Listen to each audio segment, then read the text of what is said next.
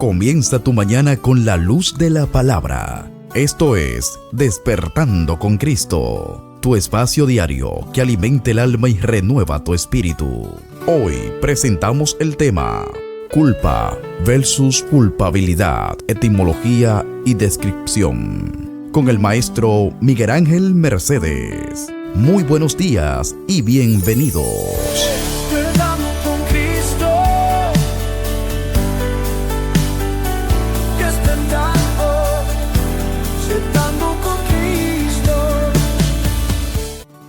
Dios bendiga, amados hermanos y amigos. Dios bendiga, fieles compañeros del camino. Hoy es lunes 2 de junio del año 2025. Sí, así como lo escuchan, amados hermanos, el segundo día del sexto mes del año. Así que debemos de hacer revisiones, debemos de pasar revista a todas aquellas cosas que nos propusimos hacer en el 2025 y aquellas que necesitan ajuste, ajustarla, aquellas que necesitan ser continuarla y aquellas que necesitan obviarla. Pero siempre hacer ajuste es bueno, hacer revisiones es bueno, a ver cómo va el cumplimiento de aquellas cosas que nos hemos propuesto hacer. Le pido a Dios que le acompañe, que le cuide, que le guarde y que ponga el sello de su aprobación en todas esas cosas que usted se ha propuesto en este año y en este día. Claro, aquellas que sean de su voluntad, no la permisiva, sino la absoluta. Aquellas que vayan a llevar bendiciones a su vida y que Dios se vaya a agradar de ellas. Amados, saben que tuvimos una semana fuera del aire y es porque le traigo hoy algo diferente. Le traigo una nueva imagen, le traigo una nueva portada, le traigo unas modificaciones que hemos hecho para exaltar y hacer las cosas de Dios con más excelencia, y porque ustedes también se merecen que yo le dé lo mejor, que Dios me ayude a seguirle dando lo mejor día tras día. En este reinicio vamos a estar hablando de la culpa y la culpabilidad. Es la séptima semana de la serie Cazando la zorra que daña nuestra viña. Actitudes que destruyen, que opacan, que afean nuestras relaciones interpersonales y nos alejan de Dios. La culpa y la culpabilidad la vamos a estar tratando desde el contexto etimológico, psicológico, jurídico, moral, teológico, mesiánico, sacrificial. Vamos a ver qué significan estas palabras, cómo podemos entenderla mejor para que podamos luchar con este mal, para que podamos luchar y quitarnos esta terrible carga de sobre nosotros. Dice su etimología que la culpa es un cultivismo porque llegó al español directamente del latín culpa, con el significado de falta, error, fracaso, error de juicio, pecado, desvío pasional. En el campo del derecho, falta cometida por negligencia o descuido, tratándose de cosas de afecto o imperfección de un trabajo. En cambio, la culpabilidad es a una falta o un error que se comete de manera consciente, lo que implica un reconocimiento de la responsabilidad. Segundo, puede manifestarse en situaciones donde alguien admite haber cometido una culpa, como en el acto de la confesión.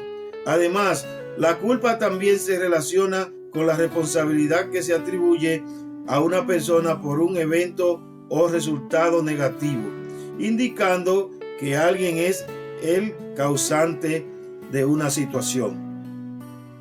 Otra definición que podemos dar de la culpabilidad también es que es una condición de ser responsable de una falta, sentimiento de haber hecho algo malo.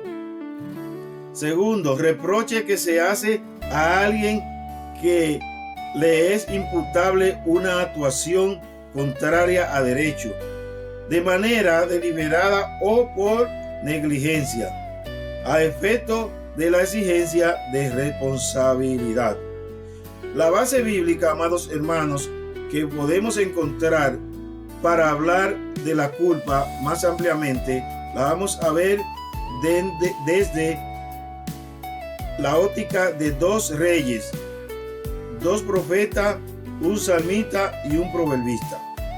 Vamos a ver lo que nos dice el profeta Isaías en su capítulo 6, versículos 5 y 7.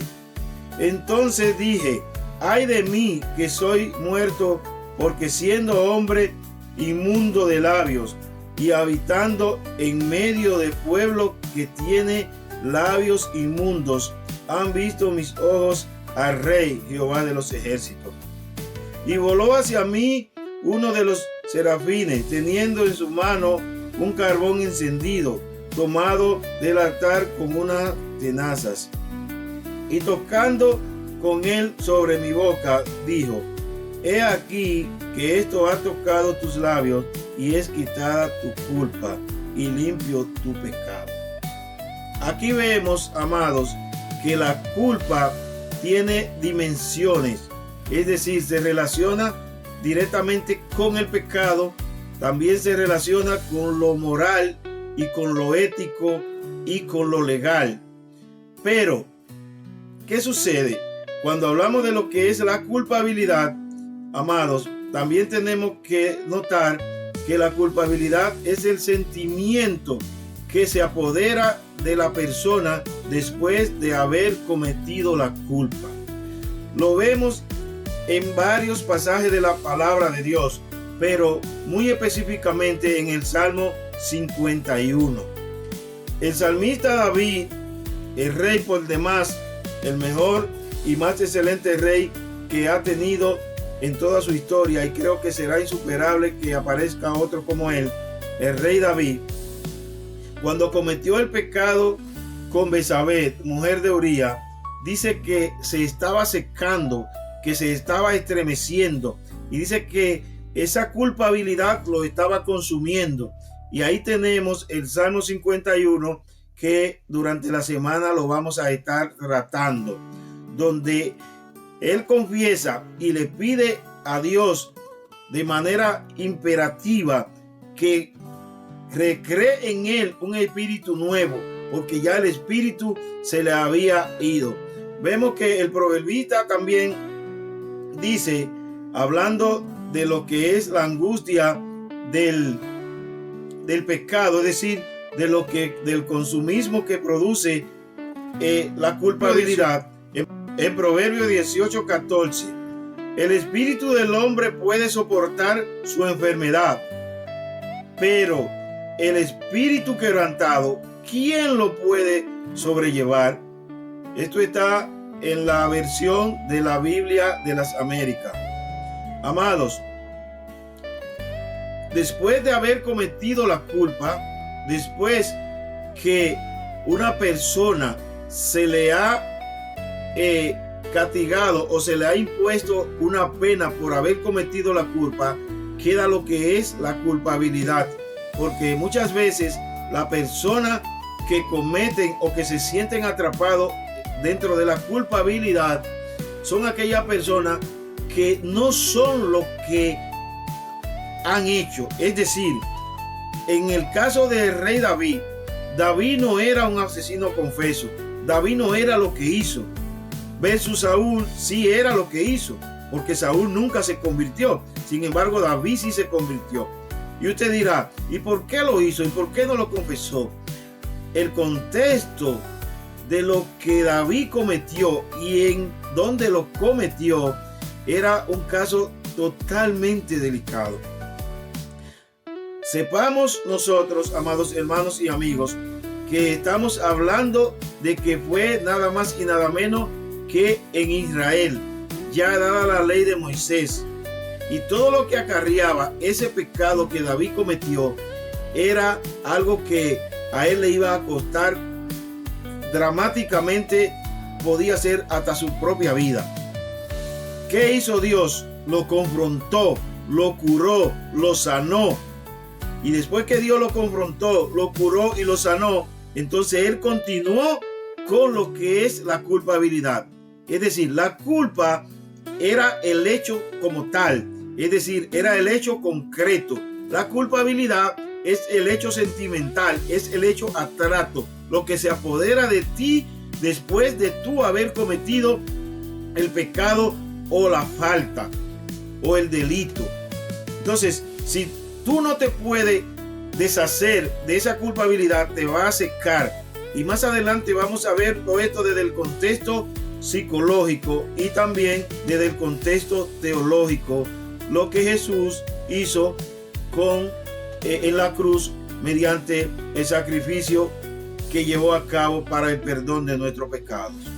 Amados hermanos y amigos, fieles compañeros del camino, tanto la culpa como la culpabilidad son aborrecibles, pero la culpabilidad es la que te va a llevar, es la que te va a hacer cargar con el peso de el acto que tú has cometido.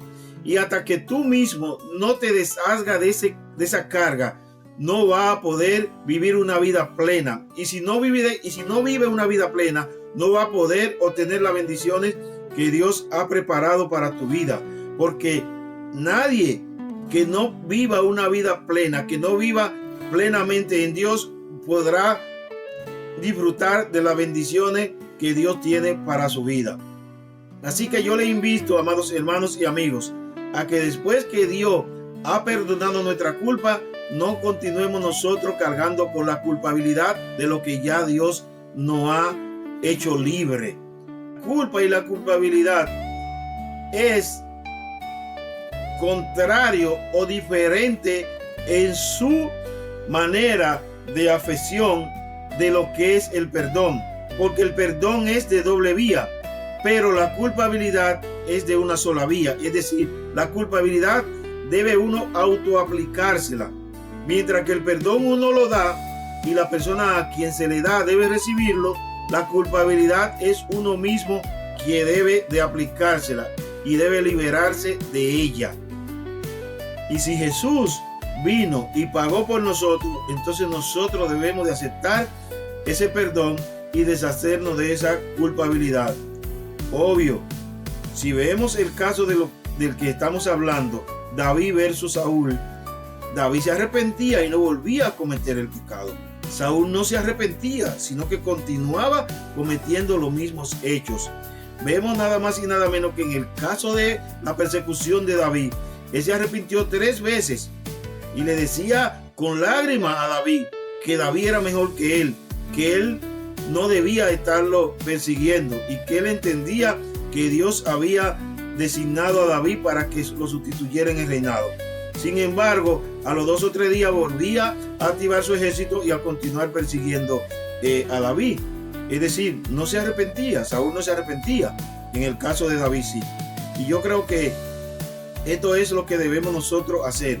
Después de haber pagado nuestra culpa, después que hemos recibido la paga del pecado que Dios hizo en la cruz del Calvario, nosotros debemos recibirla, deshacernos de la culpabilidad, pero no volver a cometer esos mismos pecados, sino arrepentirnos y apartarnos.